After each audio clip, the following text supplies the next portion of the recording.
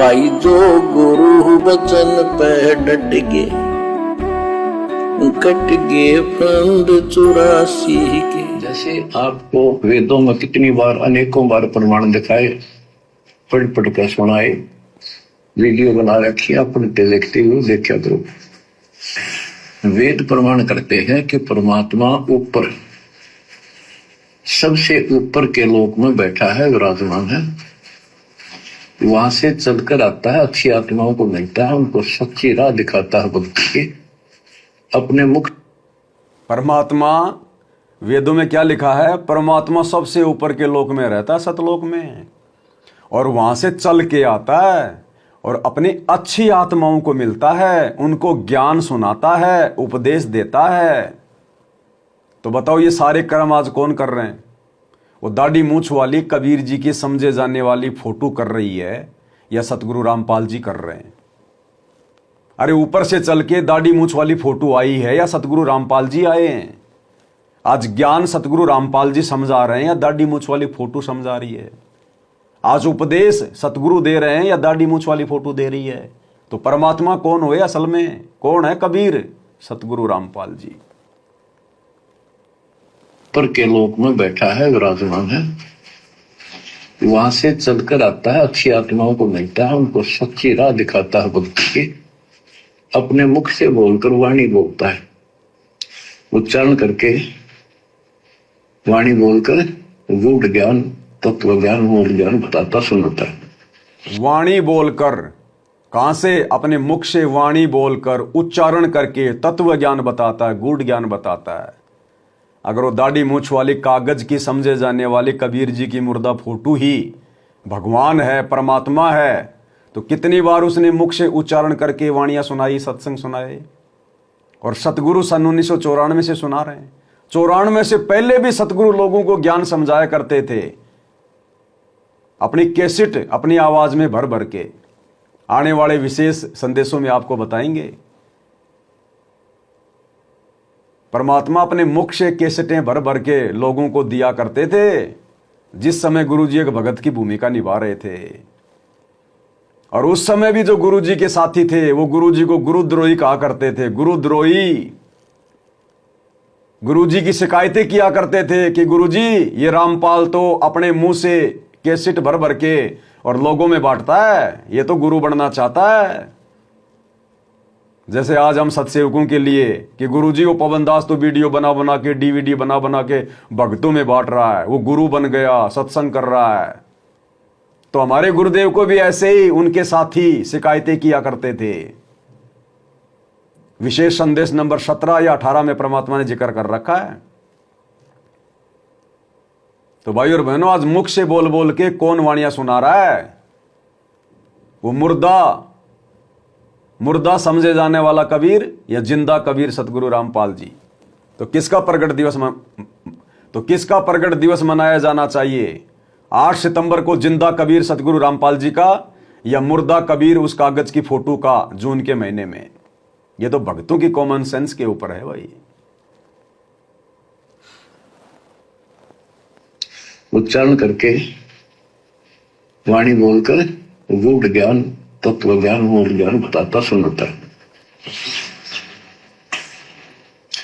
और वो अमृतवाणी, और वो उस समय जब एक लीला करता है संत की, सतगुरु की, उसके बहुत सारे फॉलोअर हो जाते हैं। और उनमें वो नायक की तरह होता है, जैसे सेनापति सुशोभित होता है अपने सेना के ऊपर साथ, ऐसे वो उनका पूज्य होता है। और वो जो वाणी बोलता है वो उनके फॉलोअर के लिए, उनके अनुयायियों को बहुत आनंददायी होती है, बड़ी प्यारी लगती है, क्योंकि वो भगवान। कितना बड़ा संकेत है और संदेश है गुरु को परमात्मा मानने के लिए।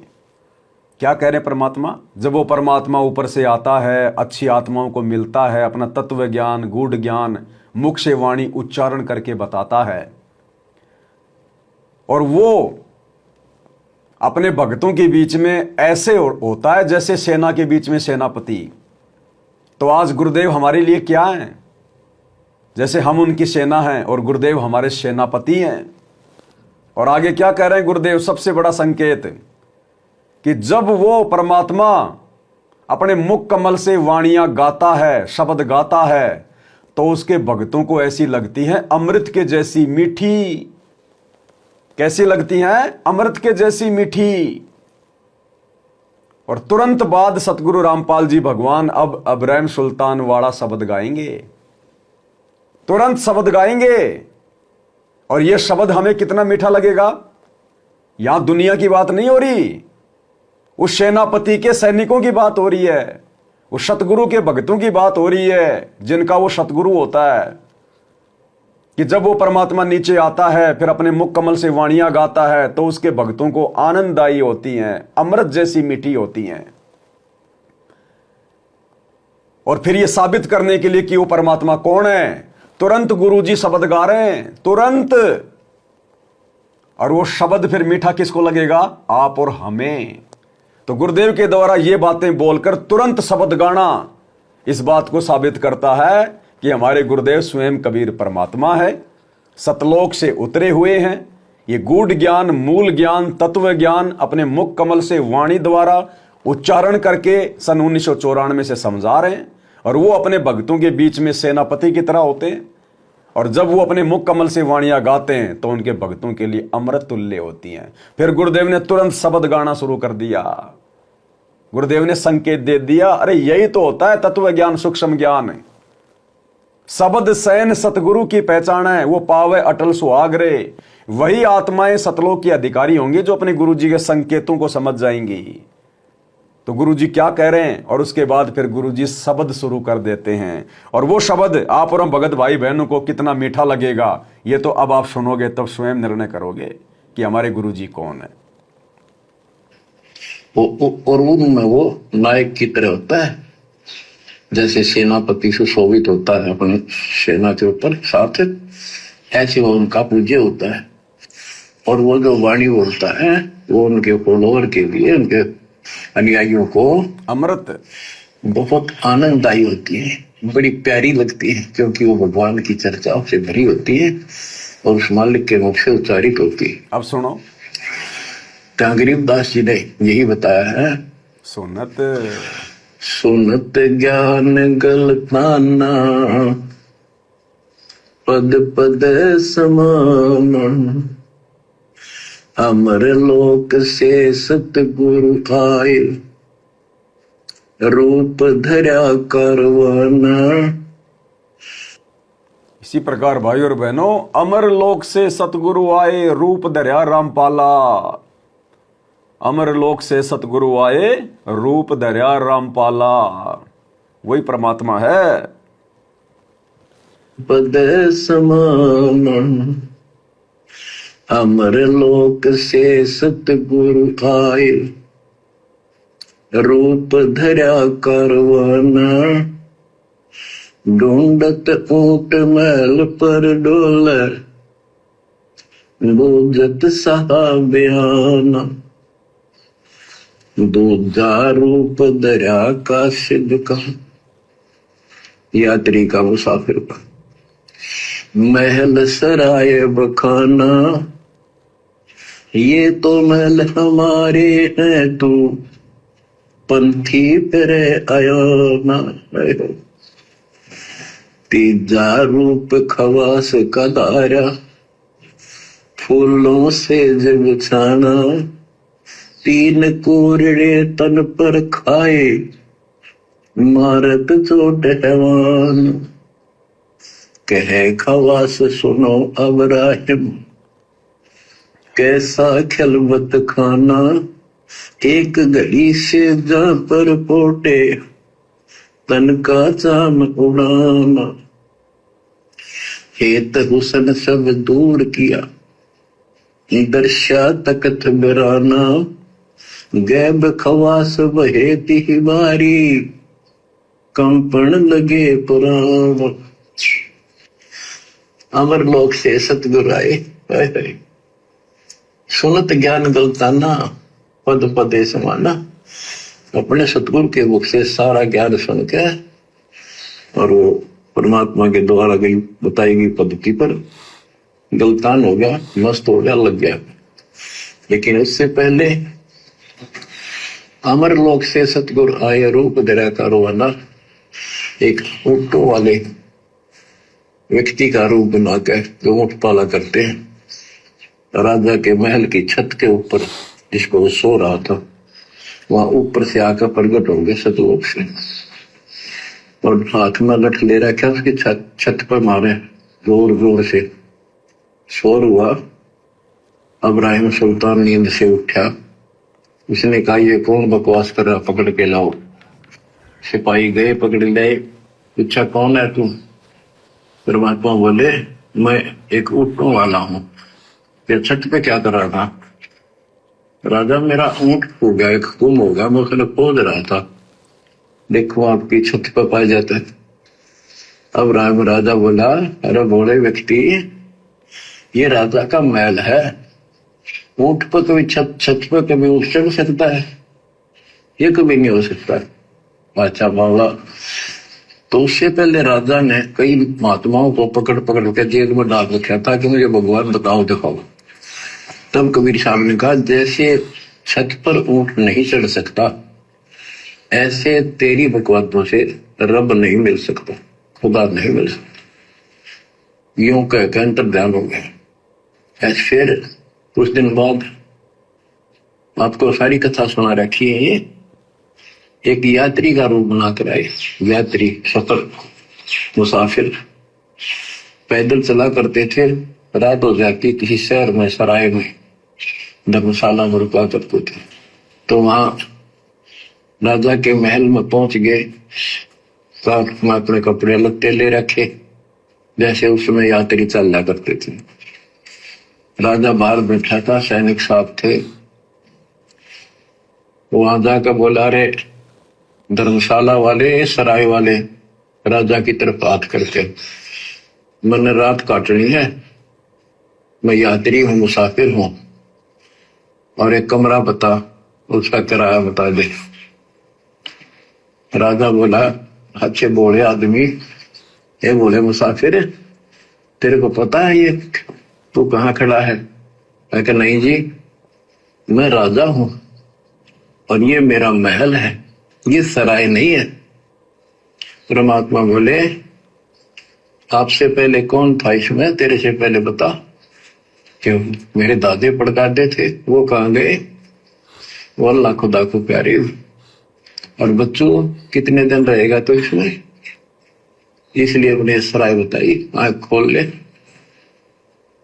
यूं कहकर अंतर ध्यान हो गए, मूर्छित हो गया इब्राहिम। वो डर गया, यूं कि रिश्ता, और उस दिन भी ऐसे हो गया था। उस दिन के बाद फिर अपने 9 लखे बाग में जैसे प्रतिदिन विश्राम किया करता था, वहां गया। परमात्मा ने उस दिन, देखो बच्चों, आपके लिए कितने भटक रहे, एक बंदी का रूप बनाया, स्त्री का, वैसी वेशभूषा बनाकर, और उसके बिस्तर लगाया। देखो, जो जन मेरी शरण है, ताका हूं मैं दास। बच्चों देखो, अपनी एक प्यारी आत्मा के लिए अपना, वो हम बच्चों, वो हमारा बाप है, और हम इस शैतान के लोक में आकर शैतान हो गए, बिगड़ गए। बताओ कितना कष्ट उठाया अपनी प्यारी आत्मा के लिए। कबीर साहब कहते हैं, जो जन मेरी शरण है, ताका हूं मैं दास। ये दास वहां गुलाम बने। क्या कह रहे हैं परमात्मा भाई और बहनों, कितना बड़ा संकेत दे दिया गुरुदेव ने कि इब्राहिम सुल्तान के वहाँ पर बांदी कौन बने थे, दास कौन बने थे, 3 कोरड़े किसने खाए थे? हमारे पूज्य गुरुदेव ने, सतगुरु रामपाल जी परमेश्वर जी ने। क्या कह रहे परमात्मा, जो जन मेरी शरण है, ताका हूँ मैं दास। ये दास वहाँ बांदी बने, 3 कोरड़े खाए। इस शब्द पे ध्यान देना कि ये दास कौन? सतगुरु रामपाल जी। सत्संग कौन कर रहा है? गुरुदेव। तो गुरुदेव कह रहे हैं, जो जन मेरी शरण है, ताका हूं मैं दास। ये दास, इस शब्द को पकड़ना। किसके लिए कह रहे हैं गुरुदेव? हो गए, बिगड़ गए। बताओ कितना कष्ट उठाया अपनी प्यारी आत्मा के लिए। कबीर साहब कहते हैं, जो दिन मेरी शरण है ताका होगा दास। ये दास वहां गुलाम बने, एक बंदी का रूप बनाया नौकरानी का, अपनी प्यारी आत्मा को इस काल के इस षड्यंत्र से निकालने के लिए, जिसको तुम राजपाट और सुख मानते हो, तुम्हारा दुश्मन है। आपको क्या कहते हैं, दो रूप दरा का सिद्ध का मैल सराय बखाना। ये तो वो बोला कि परमात्मा ने फिरदास जी बताते, कबीर साहब ने दूसरा रूप एक मुसाफिर यात्री का बनाया और इस महल को सराय बताया, और वो क्या बोला, ये तो महल हमारे हैं, तू पंथी करे अयाना। ये हमारे महल है, तू अनजान पंथ यात्री घूम रहा है, कहाँ गया। तीजा रूप खवास का दायरा, फूलों से जब छाना। तीन कोरड़े तन पर खाए, मारत चोट जवाना। वो शैतान अपने परमात्मा के बंदी समझ के उसने ये सोचा कि ये बंदी मेरी सेज पे कैसे लौट गई। परमात्मा ने उसका बिस्तर लगा, उस पाप लौट गए। बंदियों के वेशभूषा नौकरानियों की अलग होती थी, रानियों की अलग। उसने कोंद में आके कोरडा उठाया। एक कोरडा इतना भयंकर दर्द करता है, घोड़े को भी उसी में आ जाती थी। घोड़ों के लिए होता था और उधर से दंड देने के लिए भी वही रखा जाता था। फटाफट फटाफट 3 कोरडे मारे, गुस्से में अपने मालिक के पर। 3 कोरडे तन पर खाए, मारत चोट जवाना। भाई और बहनों, ये गलतियां आप और हमने भी कर रखी हैं। ना जाने कितनी बार आप और हम सभी भगत भाई बहनों ने अब्राहिम सुल्तान का जीवन जिया है, और हमने भी उन जन्मों में इसी प्रकार से परमात्मा को कोरडे मारे हैं। अगर इस कलयुग की पिछली पीढ़ी में यहां से पार नहीं हुए, तो ये काल हमसे इतना द्वेष करके बैठा है, हमारे को सूली पे टांग देगा। फिर ये मौका देख रहा है कि एक बार इसका पैर फिसल जाए इस भक्ति से, एक बार ये सतगुरु की शरण से दूर हट जाए, एक बार मर्यादा तोड़ दे, उसके बाद बताऊंगा फिर मैं इसको। दुश्मन की तरह लाल आंखें करके आप और हमारे पीछे पड़ा हुआ है। यदि हम एक बार यहां से, अगर हमारा काम बिगड़ गया इस कलयुग की पिछली पीढ़ी में, क्योंकि अब की बार फेल हो गए तो सतगुरु साथ छोड़ देगा। सतगुरु साथ छोड़ देगा तो फिर जाएंगे कहां। 2 ही शक्ति है, काल और दयाल। दयाल को हमने गंवा दिया और काल के हम जाल में फंस गए। कसाई के बाड़े से अगर कोई बकरा बकरी एक बार निकल जाए और दोबारा पकड़ में आ जाए, सबसे पहले उसी को काटता है। तो विचार कर लेना भाई और बहनों, अगर पैर अगर फिसल गया। भाई जो गुरु बचन पे डट के, कट गे फंद 84 के, कट गे फंद 84 के, कट गे फंद 84 के। भाई जो गुरु बचन पे डट गे, कट गे फंद 84 के, कट गे फंद 84 के, कट गे फंद 84 के। भाई जो गुरु बचन पे डट गे,